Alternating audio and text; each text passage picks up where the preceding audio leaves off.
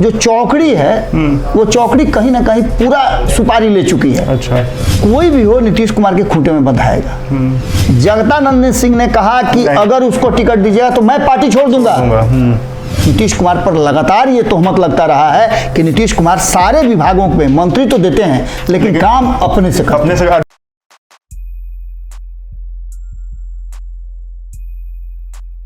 बिहार में महागठबंधन की सरकार बने अभी 2 महीने भी पूरे नहीं हुए हैं और महागठबंधन के 2 मंत्रियों का इस्तीफा हो गया है। पहला कार्तिक सिंह और दूसरा सुधाकर सिंह। ये इस्तीफा क्यों हुआ है, इस पर हम जानकारी लेंगे बाबा से कि आखिर अभी महागठबंधन की जो सरकार बनी है उसको 2 महीने भी पूरे नहीं हुए और 2 मंत्रियों का इस्तीफा हो गया है। सिद्धार्थ, देखिए आप लोग युवा हैं और बिहार की राजनीति को बेहतर ढंग से समझ रहे हैं, नई राजनीति को समझ रहे हैं। हम लोगों ने तो बहुत सारी ऐसी चीज़ें देखी, हम लालू को देखे हैं, हम जगदानंद सिंह को देखे हैं, हम सुशील मोदी को देखे हैं, लेकिन वर्तमान जो राजनीति है वो युवा पीढ़ी की तरफ शिफ्ट कर रही है और युवा पीढ़ी की राजनीति जो है वो एक अलग दिशा और अलग तरीके से चल रही है। युवा और वरिष्ठ का, अनुभवी का ये मेल जो हुआ है ना, इस मेल में आप एक चक्का बड़ा लगा दीजिए, एक चक्का छोटा लगा दीजिए तो निश्चित रूप से बैलेंस गड़बड़ाएगा। इसीलिए आप देखते हुए है कि जब टायर चेंज भी किया जाता है तो आगे का या पीछे का दोनों नया टायर चेंज किया जाता है, पुराना नया मिला करके नहीं किया जाता है। लेकिन यहाँ स्थिति कुछ अलग ढंग से है। दूसरा सबसे महत्वपूर्ण चीज है कि दोनों में संख्या बल का काफी अंतर है। अगर ये अंतर नहीं होता तो नीतीश कुमार आज एनडीए से बाहर नहीं होते। बिल्कुल।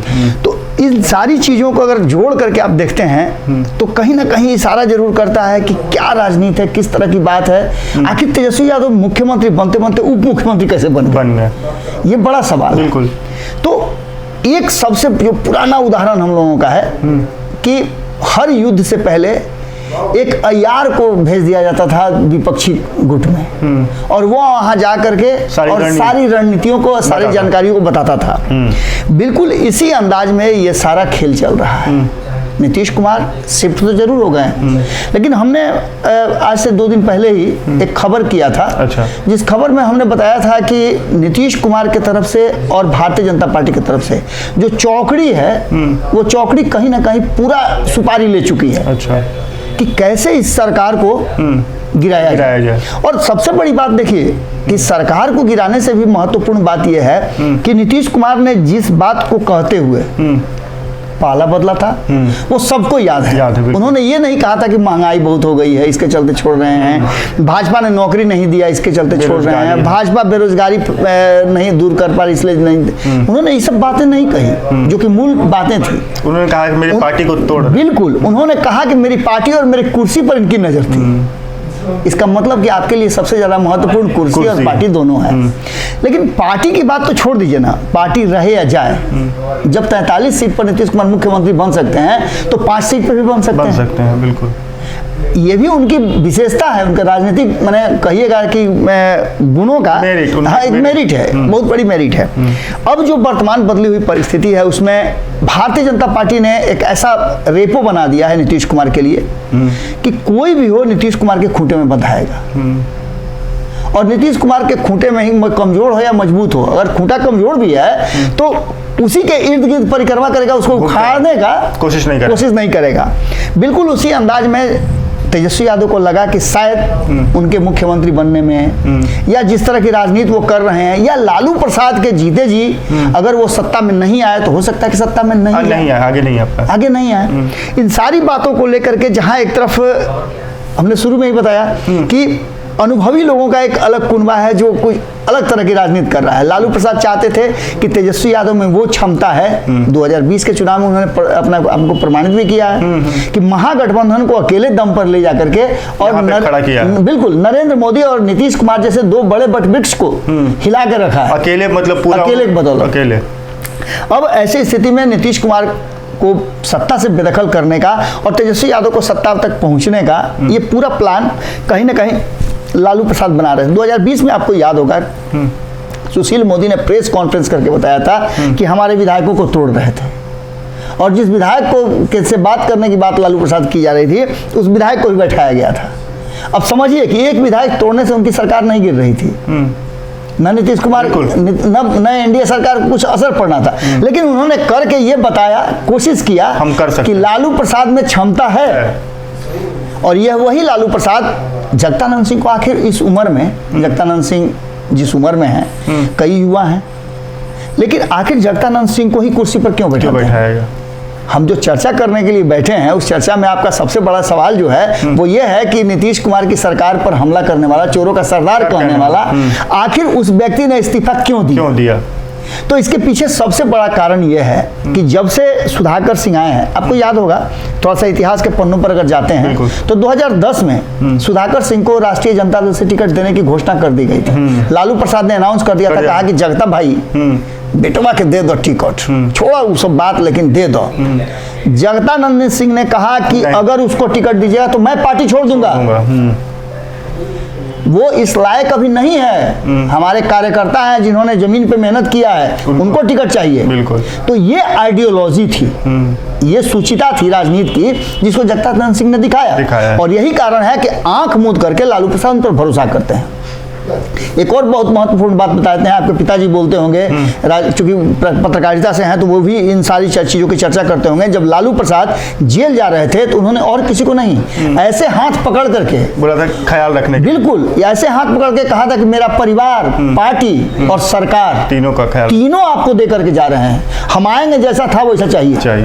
जगदानंद सिंह ने उससे बेहतर करके दिया। बिल्कुल, एक डिसिप्लिन पार्टी बना। बिल्कुल। अब इन सारी बातों को लेकर के आपको बता दें कि जब राबड़ी देवी को बनाया गया था तब की मैं बात कर रहा हूं, उसके बाद जब जब राष्ट्रीय जनता दल को जरूरत महसूस हुई है, अपना भले ही बुजुर्ग कंधा हो लेकिन मजबूत कंधा बना करके जगदानंद सिंह ने पार्टी को खड़ा किया।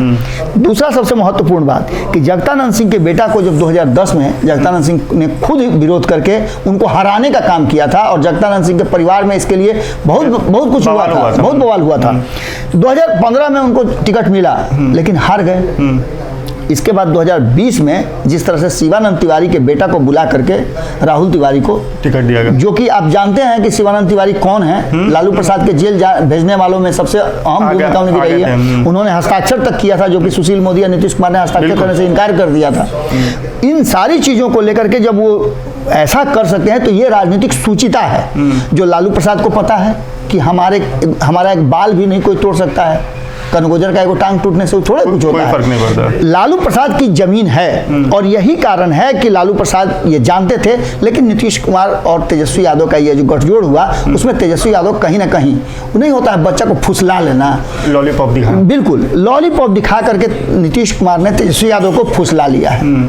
और इसी का कारण है कि अब लालू प्रसाद और जगदानंद सिंह अपनी रणनीति और राजनीति कर रहे हैं। एक दिन पहले आपने देखा होगा कि किस तरह से जब ये चर्चा बहुत ज्यादा अलग रूप लेने लगी, जगदानंद सिंह और लालू प्रसाद ने जो बयान दिया था कि हाँ भाई अब तो नीतीश कुमार वहाँ दिल्ली देखे, अब तो ये हो गई बा कि नीतीश बाबू अब दिल्ली देखी हैं, तेजस्वी देखी हैं बिहार, इसी बात को रिपीट किया था। इनफैक्ट नीतीश कुमार भी ये चीज तो कहीं चुके थे ना, बिल्कुल इन्हीं को देखना है। नीतीश कुमार ने, लेकिन नीतीश कुमार बहुत सोफिस्टिकेटेड भाषा का यूज करते हैं। उनको अनुभव थोड़ा सा युवा और बुजुर्ग दोनों का हो गया है, क्योंकि वो 17 साल से लगातार हैं। तो 17 साल का बच्चा आप समझ सकते हैं, कोई युवा में भी आता है और बच्चा में भी आता है, दोनों उसकी उम्र होती है, क्योंकि बिल्कुल। तो ऐसी स्थिति में नीतीश कुमार 17 साल के बच्चा हैं, उनको पता है बिहार का नब्ज, वो जानते हैं। उसी नब्ज के तहत उन्होंने सारी बातें की, और अब जो वर्तमान स्थिति है, नीतीश कुमार की रणनीति है, उस रणनीति के तहत ही वहां जाकर के दुश्मन को मारने के लिए दुश्मन के हथियार को यूज करना पड़ेगा, उसके अनुसार ही बनाना पड़ेगा सब कुछ। तो नीतीश कुमार की जो रणनीति रही है, अब उसको बेहतर ढंग से पढ़ लिया है लालू प्रसाद ने और जगदानंद सिंह ने। जगदानंद सिंह को और लालू प्रसाद को पता है कि तेजस्वी बच्चा कोई रिझिया नहीं जाता है, मेला दशहरा चल रहा है, बच्चा को लेकर जाइएगा, कहे कि नहीं हम फुलौना लेवे करेंगे, चाहे हम खिलौना लेवे करेंगे, वहां एकदम लगेगा रोड पर वही करने। बिल्कुल उसी तरह से तेजस्वी यादव ने कहा कि मैं सत्ता में रहूंगा, आप लोग जो करना है कीजिए। तो उसको कैसे उस बच्चे को खुश किया जाए, अगर आपके पॉकेट में चल रही है, बिल्कुल अब आपके पॉकेट में पैसा नहीं है, वो 100 रुपए की जगह पर 500 का खिलौना मांग रहा है, तो आप कोई ना कोई रास्ता निकालिएगा ना, जुगाड़ टेक्नोलॉजी कीजिएगा। तो ऐसी स्थिति में जगदानंद सिंह जो बार बार कुर्बानी देते रहे, उन्होंने अपने पुत्र को कुर्बानी देने के लिए तैयार किया। और एक सबसे महत्वपूर्ण चीज है कि नैतिकता और जो संस्कार दिया है जगदानंद सिंह ने पार्टी को, वो अपने पुत्र को भी दिया है। एक सिद्धांतों की राजनीति करना सिखाया है। बिल्कुल। जैसे ही वो पद पर आए, उन्होंने एक सर्वे करवाया था अपने विभागीय लोगों के द्वारा। उस सर्वे में जो आंकड़े आए थे, उस आंकड़े पर उनको भरोसा नहीं हुआ, क्योंकि सुधाकर सिंह का कहना था कि मैं खुद एक किसान हूं, मैं खेती करता हूं। और आपको याद होगा कि जब वो दिल्ली से पढ़ उड़ करके आए थे, उस समय आए थे तो खेती तो कर ही रहे थे, साथ साथ उन्होंने राइस मिल भी खोला था, 3 राइस मिल खोला था। उसमें उनके साथ बहुत बड़ा झटका हुआ कि उन्हें ये धान तो मिल गया, लेकिन जब धान चावल बना तो उसको रखने के लिए जगह नहीं मिला और उनका किराया नहीं दे पाए। तो ऐसी स्थिति में उन्होंने बहुत सारे सामान सड़ गए, जिसके चलते उन पर केस भी हुआ सहकारिता विभाग से और 50,000 के मुचलके पर उनको जमानत मिली। इन सारी बातों को समझ करके वो किसान के छोटे छोटे दर्द को समझते हैं। उन्होंने स्पष्ट किया था कि मैंने कृषि विभाग उन्होंने इसीलिए लिया था क्योंकि जगदानंद सिंह भी जानकारी थी, बिल्कुल, जगदानंद सिंह भी वो जानते थे कि मैं इस विभाग के साथ न्याय कर सकता हूँ। और किसानों की समस्या, चूंकि आपको एक चीज पता होगा कि इस देश में सबसे ज्यादा अगर आय का जरिया कोई है तो वो कृषि है। तो कृषि विभाग सबसे महत्वपूर्ण होते हुए सबसे पिछड़ी है। आप बजट में भी देख लीजिए, बिल्कुल, बाकी सबका बजट क्या है और कृषि का बजट देख लीजिए। इसके बाद लूट बहुत जबरदस्त है। अगर 5,000 रुपया आता है किसानों के लिए तो उसके पास पहुंचते पहुंचते में 1,000 बच जाता है। तो ये सारी चीजें थी, छोटी छोटी समस्याएं थी जिसको सुधाकर सिंह ने उठाया था और अधिकारियों को कहा था कि मैं बर्दाश्त नहीं कर सकता हूं किसी तरह का भ्रष्टाचार। इन्हीं बातों को लेकर के जो आंकड़े आए थे उस पर उन्होंने साफ कहा था कि ये आंकड़े जो हैं इस पर मुझे विश्वास नहीं है, मैं कोई निजी एजेंसी से इसका जांच करवाऊंगा और जांच करने के बाद अगर आपके आंकड़े गलत निकले तो मैं सभी को सजा दूंगा। ये भी उन्होंने कहा था। आम लोगों से मिलना, गांव के किसानों के साथ बैठना, ये सारी चीजें वो कर रहे थे, लेकिन ये बातें रास नहीं आई। सत्ता में बैठे 17 साल से नीतीश कुमार को रास नहीं आई। नीतीश कुमार भले ही अपने सर पे तगमा लेकर के चलते हों कि वो क्राइम, करप्शन और कम्युनिज्म से कोई नाता नहीं रखते हैं, कोई समझौता नहीं करते हैं, तो ऐसी स्थिति में जब सुधाकर सिंह ने ये बात कही तो उनको उनकी बातों पर गौर करना चाहिए था। नीतीश कुमार पर लगातार ये तोहमत लगता रहा है कि नीतीश कुमार सारे विभागों में मंत्री तो देते हैं लेकिन काम अपने से अधिकारी उनके काम करवाते हैं। बिल्कुल, अब अधिकारियों में भी इतना ज्यादा टसन हो गया है कि वो जानते हैं कि नीतीश कुमार मेरे साथ कुछ नहीं कर सकते हैं।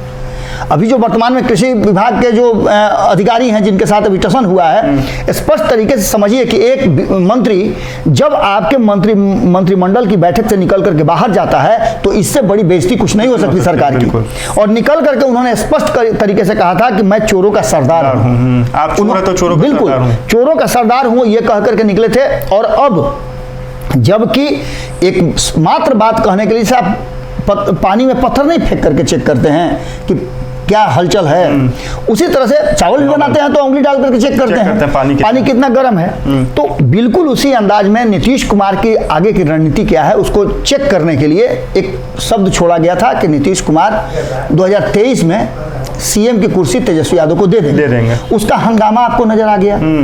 उनकी पार्टी की तरफ से उनके चौकड़ी जो हैं, चार जो आसपास में जो लोग रहते हैं, वो जो चौकड़ी है, जदयू की चौकड़ी जिसको कहा जाता है, वो चौकड़ी अपना एक्टिव हो गई और उनके अलावा किसी ने बयान नहीं दिया।